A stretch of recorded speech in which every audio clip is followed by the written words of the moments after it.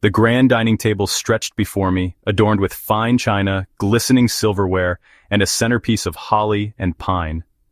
The scent of roasted turkey and cinnamon-spiced cider filled the air, but the warmth of the meal did nothing to thaw the ice in their eyes. I sat in my usual seat, the one at the far end near the kitchen door, the forgotten spot. My father sat at the head of the table, his polished Rolex glinting under the chandelier's glow. He swirled his whiskey, the amber liquid catching the firelight, before taking a slow, deliberate sip. "So," he began, his voice smooth and measured. "Another year gone. What do you have to show for it, Michael?" I kept my face neutral, cutting into my turkey. "I've been working. Saving." "Saving?" My mother let out a soft, pitying laugh. "For what? That shoebox apartment of yours?" Daniel, my younger brother, smirked from across the table. His wife, Claire, giggled beside him, her manicured fingers laced with his. "At least I own something," I said, keeping my tone light. "Own?" my father scoffed. "A rented studio with a view of a brick wall isn't ownership, it's subsistence." The word hung in the air like a verdict. Claire tilted her head, feigning sympathy. "You know, Michael, my cousin's firm is hiring. It's not management, but, well, it's something." Daniel chuckled. "Yeah, man, even a janitor makes some money." I clenched my fork under the table but kept my voice steady. "I'm doing fine." "Fine?" My mother sighed, shaking her head. "Fine isn't successful. Fine isn't married with children." "Not everyone wants that," I said. "Or maybe," my father cut in, "not everyone can have it." Silence. Daniel smirked. Claire bit her lip to hide her amusement. Then my father leaned forward, his voice dropping low. "No wife, no kids, no life." The words hit like a hammer. I set my fork down carefully, the clink echoing in the sudden quiet. "Is that what you all think?" I asked, looking around the table. My mother avoided my gaze. Daniel shrugged. Claire sipped her wine. And my father, he just nodded.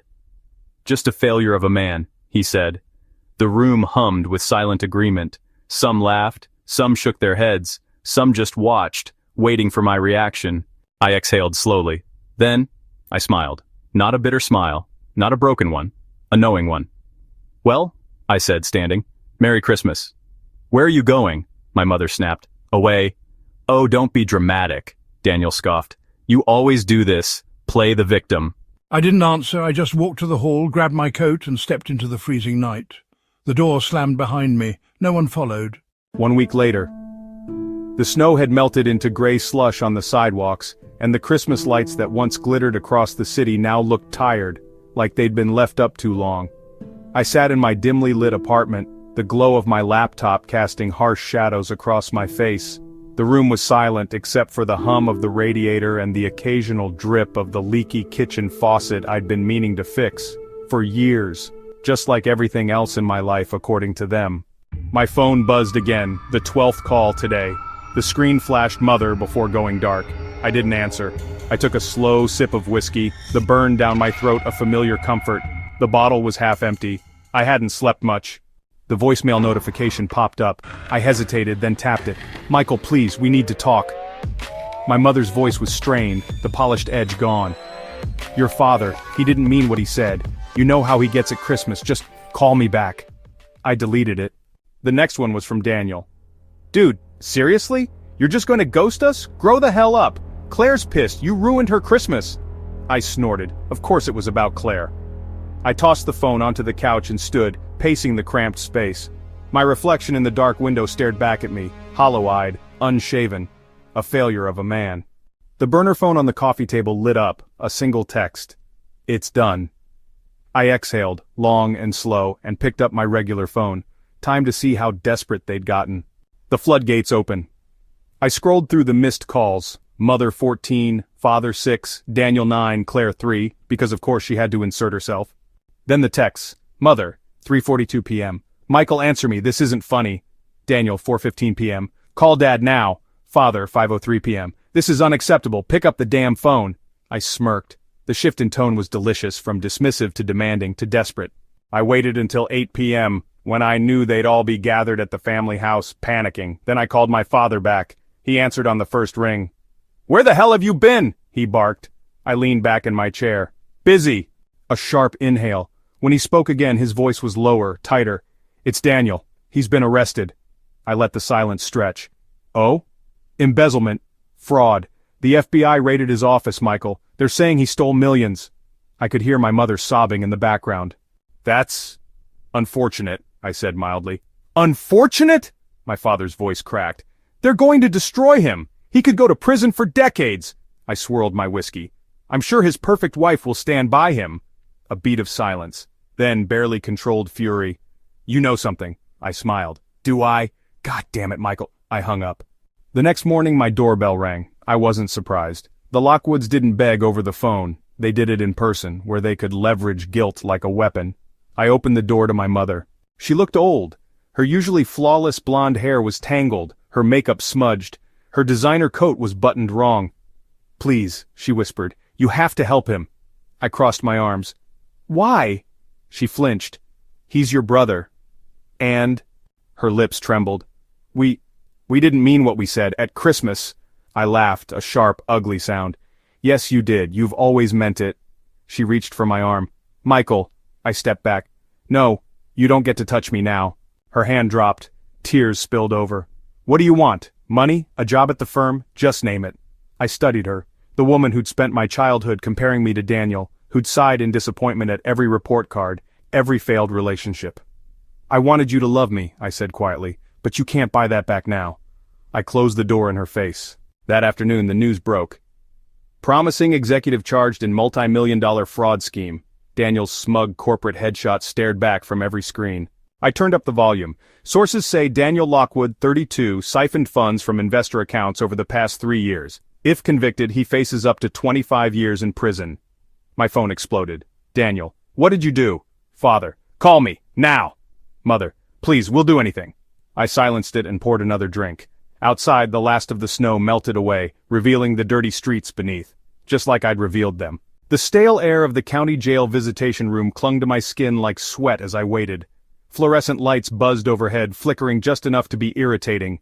The scent of industrial cleaner mixed with something darker, desperation maybe, or fear. Across the scratched plexiglass, Daniel looked like a man who hadn't slept in weeks. His tailored suit had been replaced by an orange jumpsuit that hung loose on his frame. The golden boy's hair was greasy, his manicured nails bitten raw. When he saw me, his bloodshot eyes widened. You! His voice was sandpaper rough. I leaned back in the plastic chair, letting the silence stretch. The guard by the door shifted his weight, bored. They gave you 20 minutes, I said. You should thank me for showing up at all. Daniel's hands clenched into fists. You did this. I raised an eyebrow. Did what? Don't play stupid! His shout echoed off the cinder block walls. The guard glanced over but didn't move. The documents they found, the offshore accounts, those weren't mine. I let my lips curl just slightly. Funny, the paper trail says otherwise. His breath came faster. You framed me. Leaning forward, I dropped my voice to a whisper. Prove it. The color drained from his face. The drive back to the city gave me time to think. Rain streaked the windshield in erratic patterns, mirroring the chaos I'd unleashed. My phone buzzed incessantly. Mother again. I answered on the 5th call. Michael, please. Did you know? I cut her off. Silence. Then a choked sob. Know what? That your perfect son was stealing from his own company? My grip tightened on the steering wheel. That he was funneling money through shell companies while lecturing me about responsibility. Her breath hitched. You don't understand. I understand perfectly. The wipers squeaked against the glass. You raised a thief. The line went dead. By morning, the story had spread like wildfire. Lockwood heir charged. Family empire in jeopardy. The news vans camped outside my parents' mansion. Paparazzi snapped photos of Claire loading suitcases into a Mercedes, her wedding ring noticeably absent. My phone rang. Unknown number, I answered. Mr. Lockwood? A woman's voice, crisp and professional. Margaret Whitmore, New York Times. We're running a piece on your families. Not interested. I hung up. The burner phone vibrated. One text. Phase 2 ready. Your call. I stared at the message, then out the window at the city skyline. Somewhere out there, my father was scrambling to save what remained of his legacy. I typed back, do it. Dinner reservations. The restaurant was one of those old money steakhouses where the waiters remembered your drink order and the silverware cost more than my monthly rent. Father was already seated when I arrived, his back to the wall like always. The shadows under his eyes looked like bruises. You're late, he growled. I slid into the booth. I considered not coming at all. His jaw tightened. What do you want? The waiter appeared with 2 glasses of bourbon neat. just how we both drank it. I waited until he left. Watching you beg should be payment enough. His hand shook as he lifted the glass. They're freezing our assets. The board voted me out this afternoon. I took a slow sip. The alcohol burned going down. How's Daniel holding up? Heard Rikers is lovely this time of year. The glass slammed against the table. Enough! You win, all right? Whatever game you're playing, you win! Leaning forward, I met his gaze. This was never a game, Dad. This was justice. His face crumpled. For the first time in my life, I saw fear in his eyes. Why? The answer came easily. Because you made me the one person who could destroy you. I left him there, staring into his drink as the ice melted. Outside, the first snow of winter began to fall. 30 days of ruin. The collapse of the Lockwood Empire didn't happen overnight. It unfolded like a slow-motion car crash, each day bringing some new, delicious humiliation. I watched it all from the shadows, sipping bourbon in my apartment while the news played on a constant loop. Day 7. Claire filed for divorce. The papers hit the media before Daniel even knew they'd been served. TMZ caught her leaving their Greenwich mansion with 2 suitcases and the kids, her face hidden behind oversized sunglasses. Sources say Claire Lockwood has retained Gloria Allred, the entertainment reporter chirped. I muted the TV as my phone lit up. Mother again. I sent it to voicemail. Day 14. The board of Lockwood Holdings held an emergency meeting. By noon, my father was out as CEO.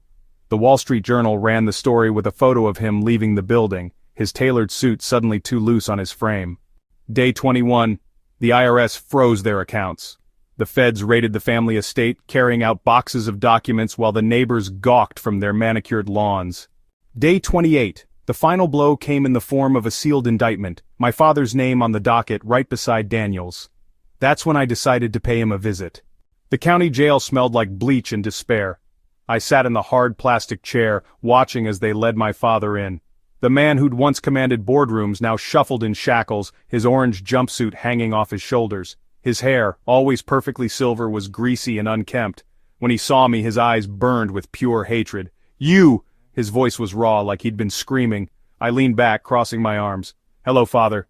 The guard locked his cuffs to the table. 20 minutes! We waited until his footsteps faded. You did this, my father hissed. I smiled. No, you did. I just helped the truth come out. His hands clenched into fists. What truth? That you're a vindictive little bastard? That you're a criminal? I tilted my head. Funny, isn't it? All those years lecturing me about responsibility and you were stealing right alongside Daniel? I didn't. The offshore accounts? I cut him off. The shell companies, the embezzled millions? I chuckled. The feds have everything, Dad. Emails, wire transfers, even that safe in your study. His face went pale. How? Because you forgot one thing. I leaned in, close enough to see the broken capillaries in his nose. I was always watching. For the first time in my life, I saw real fear in his eyes. Why? He whispered. The answer came easily. Because you made me invisible, and invisible men see everything. I stood, knocking the chair back. Enjoy prison, Dad. I hear they love CEOs. Outside, the sky was an unforgiving gray. I lit a cigarette, a habit I'd quit years ago, and inhaled deeply.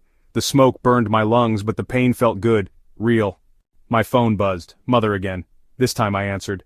Happy now? Her voice was hollow. I exhaled smoke. Not yet. What more could you possibly want?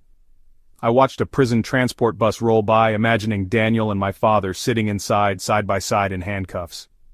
I want you to live with it, I said softly, every day, just like I did. Then I hung up, crushed the cigarette under my heel and walked away. For the first time in 35 years, I was free.